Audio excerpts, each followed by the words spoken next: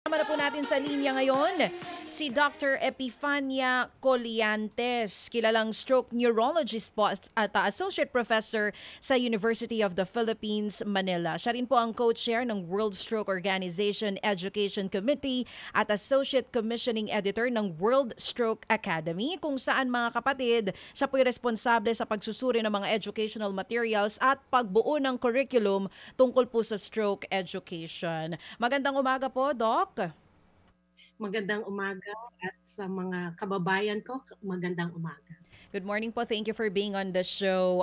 Isa nga po kayo no sa mga may akda ng research article na ang title po ay Current State Stroke Care in the Philippines. Pwede niyo po bang maibahagi sa amin kung ano po ang laman nitong inyong research article at ano po ang naging findings sa mga kasamahan niyo pong doktor tungkol po sa estado ng stroke care system dito po sa ating bansa? Yung stroke ay third leading cause of death dito sa ating bansa and number one cause of disability sa atin. No? So, sa mga Filipinos, mas mababa yung average age for stroke, 58-year-old. In contrast, sa ibang bansa, 65. Ay dulot ito ng mga uncontrolled hypertension sa atin na hindi nagtitake ng medicine. So, titingnan natin, mataas yung cost ng hospitalization ng stroke. No? Halimbawa, kung nasa public centers ka pumunta, syempre no balance billing, pero congested masyado yung government centers natin. Mahirap pumasok no sa government hospitals. Ngunit ang government hospital may private ward naman. Pero kailangan magbayad ka halos 17,000 hanggang 95,000 depende sa severity ng stroke. May mild, moderate, severe. Kung severe naman, masigit pa ang babayaran dahil maaring ma-ICU, ma-surgery, no? Ngunit kung pumunta ka naman sa private, the moment you step in the emergency room, may bayad na kaagad. Per hour yung bayad ng emergency room. No? And then the CT scan cost about 10,000 in private. Kung kailangan pa ng MRI, it cost about 20,000. And pag binigyan pa ng gamot na clot buster no, para ma-open up yung baradong daluyan ng daanan na dugo sa utak, 30,000 yun. Imagine, isang oras ka pa lang sa emergency room, halos 50,000 na nagagastos mo kung nasa private hospital ka. Ngunit yung PhilHealth meron namang case rate for stroke tumaas naman. Before 28,000, ngayon ang ischemic stroke nagiging 76,000 na ang PhilHealth coverage. No? Samantalang yung hemorrhagic stroke, 38,000 dati, naging 80,000 na ngayon. Ngunit masyadong maliit pa rin, lalo na kung mild stroke, baka sapat na ito. No? Kung mild lang, ibig sabihin, bulol ka lang, konting manhid, pero naglalakad ka. Pero kung moderate to severe stroke, kinakailangan ng surgery o kaya ICU and prolonged hospitalization, kulang na kulang to. So, malaki yung out-of-pocket expense ng ating mga kababayan dahil maliit lang naman yung coverage ng PhilHealth. Lalo na wala silang madami sa atin walang private insurance coverage. Tsaka makikita mo may inequality of service deliveries, no? Kasi devolutionize na yung healthcare natin. For example, sa Makati, mayaman na syudad. So pag na-stroke ka, pumunta ka sa ospital, libre. Libre ang gamot, even the physical therapy and yung maintenance medicine libre. Ngunit kung na-stroke ka, nasa Samar ka, or far-flung area of Leyte, no? So, walang adequate facilities doon, di ba? Wala rin specialist to help you. Tsaka lahat ng gamot bibilhin mo talaga, wala namang physical therapist din doon. So malaking disability kung nagka-stroke ka doon sa area na yon. No? So malaking inequality of service deliveries. Madami rin inadequate facilities, no? Lalo na sa government centers natin. No? Maaring may CT scan, sira naman, or kulang yung nursing, no? Kagaya ng sinabi ko, so government centers, lahat pumupunta kasi libre, no? Kaya lang kulang naman yung manpower, kulang yung beds, no? So, hindi rin mabibigay yung sapat na healthcare, yung quality healthcare kasi congested masyado. And then, high cost of medications, no? So, sa Asia, ang Pilipinas, ang pinakamataas na cost ng medicine, halimbawa, yung sa cost ng high blood, yung 10 piso na gamot sa ibang bansa ay 30 pesos pesos or even 50 pesos sa atin. So masyadong mahal yung mga gamot sa atin. Kaya yung mga na-high blood, minsan hindi sila nakaka-comply with the maintenance medicine kasi hindi na sila makabili. Yung mga diabetic, minsan tinitipid nila every other day na lang, no? Kasi wala namang sapat na pera para pambili nito, walang libre, no?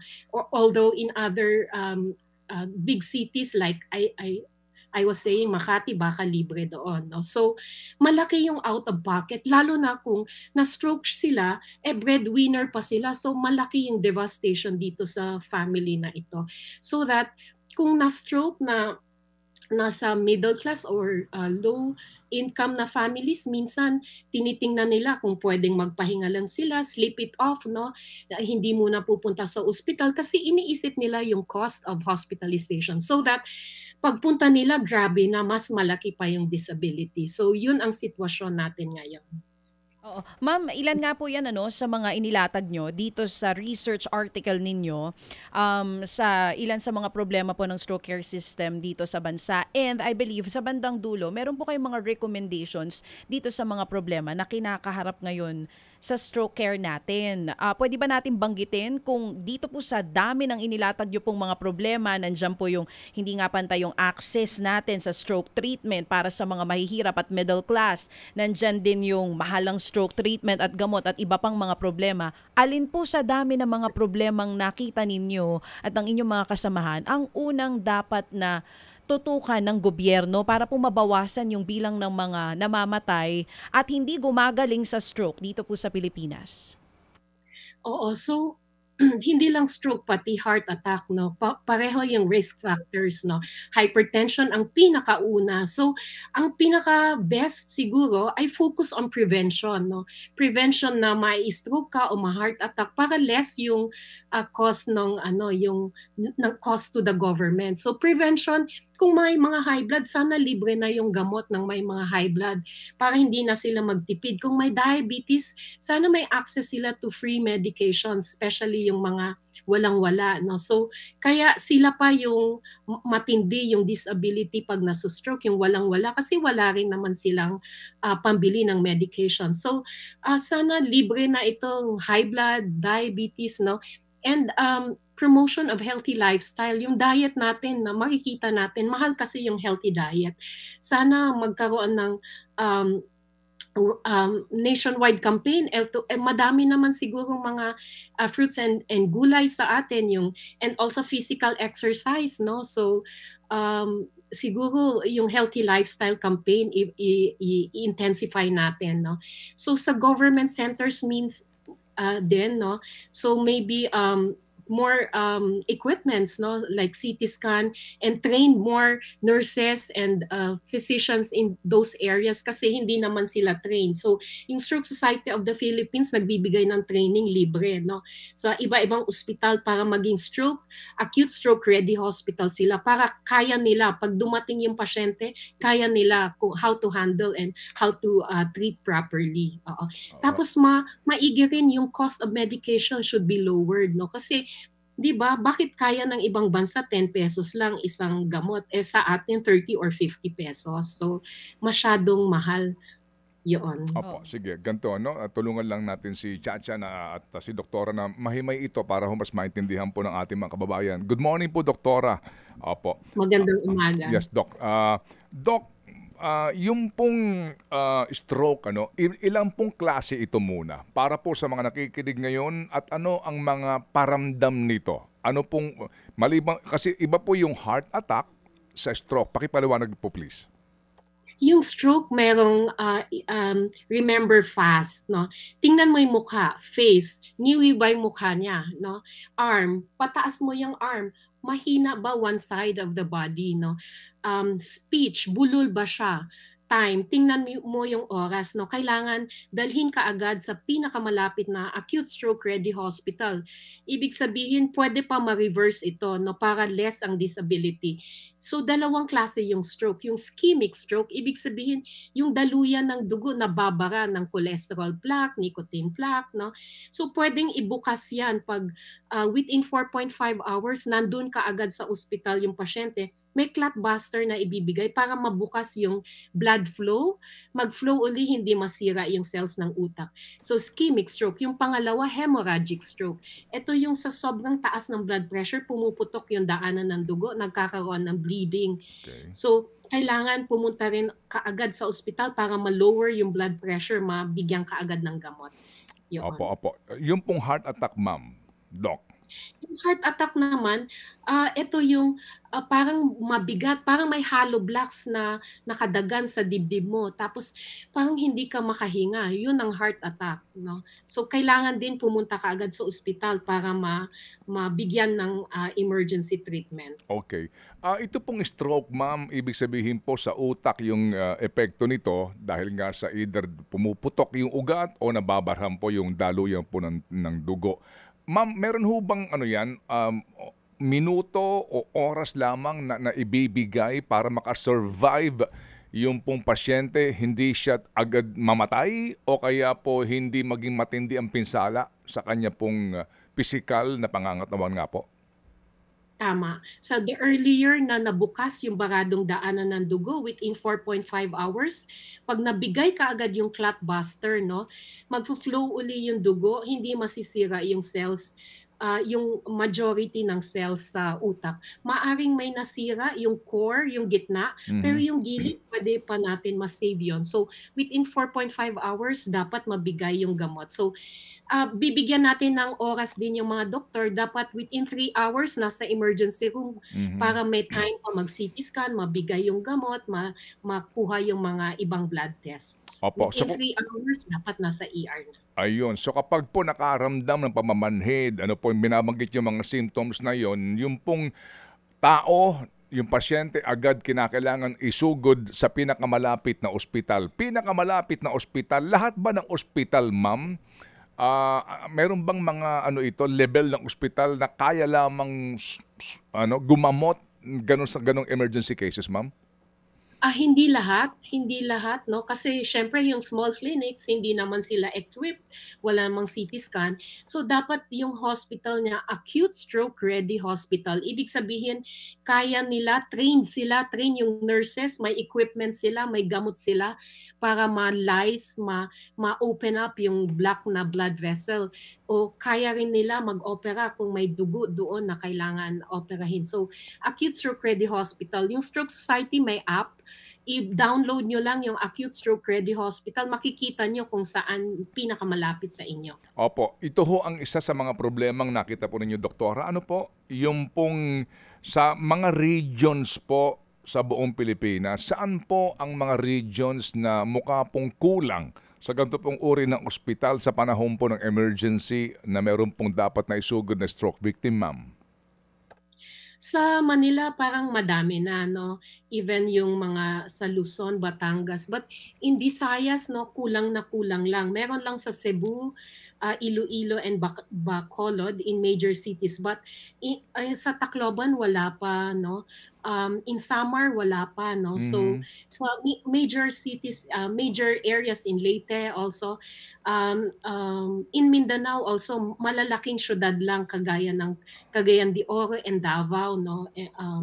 Pero yung ibang mga ibang maliliit na cities wala pa rin. So kailangan nila ng training and facilities. Opo, at ito po dapat po masama na sa programa mismo ng DOH. Kahit na po meron ng devolution ng health services, hindi maitatanggi po na ang DOH pa rin ang siya nangangasiwa sa malalaking regional hospitals at maging yung pong provincial hospitals o city hospitals na maaari ho nilang matulungan din. Tama. Pwede mag-set up ng hub. Ibig sabihin per region, merong hub.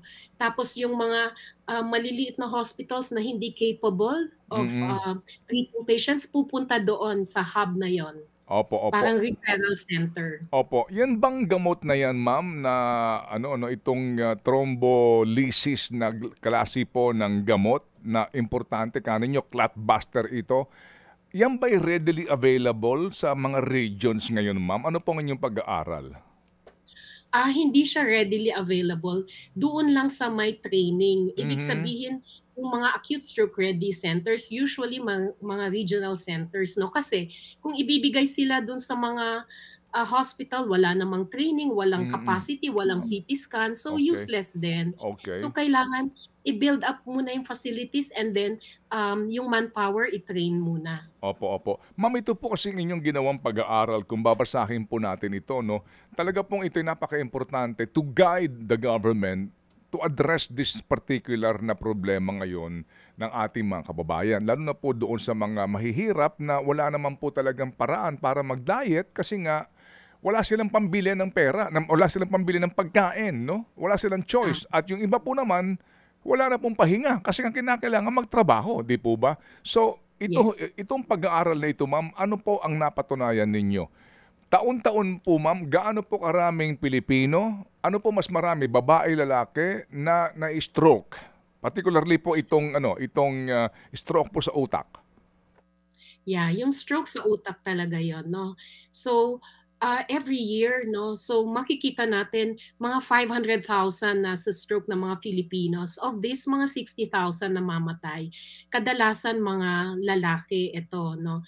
Kadalasan mga lalaki kasi sometimes they don't take antihypertensive medicine. Minsan mga stubborn sila, 'di ba? Or sometimes may mga bisyo sila, Mm. sigarilyo, alak, or they're so stressed, it adds also to the risk of stroke.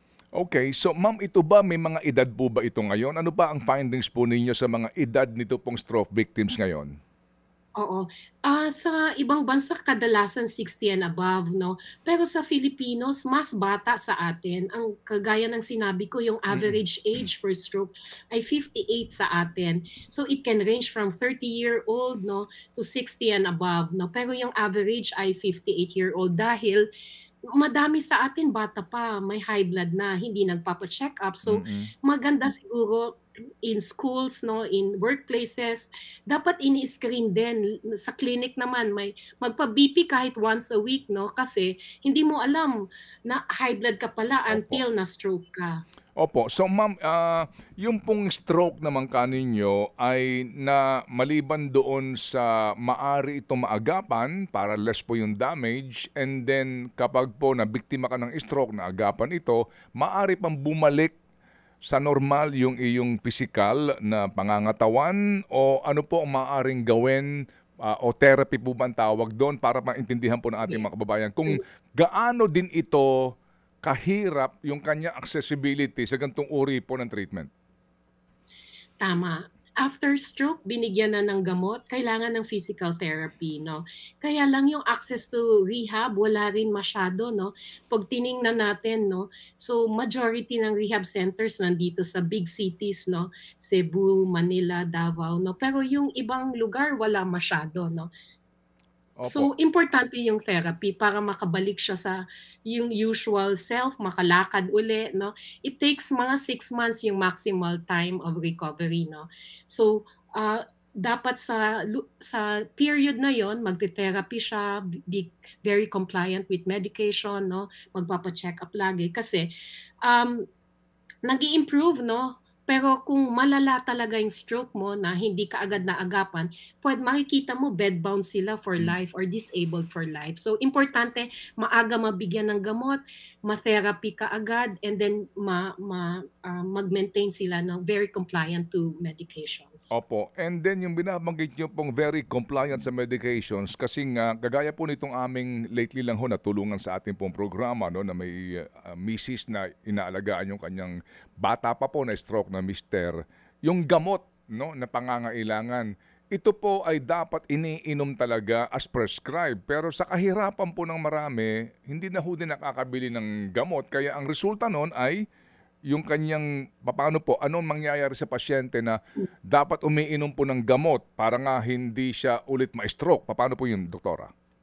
So kung hindi, halimbawa high blood siya, 'no, hindi siya uminom dahil mahal yung gamot or kaya diabetic siya, tumaas yung sugar, so uulit yung stroke, 'no. So ang pangalawa o pangatlong stroke mas malala, Mhm. and magdudulot siya hindi lang yung physical na disability, makakadagdag ng physical na disability, pero yung cognitive rin, magiging malimutin siya.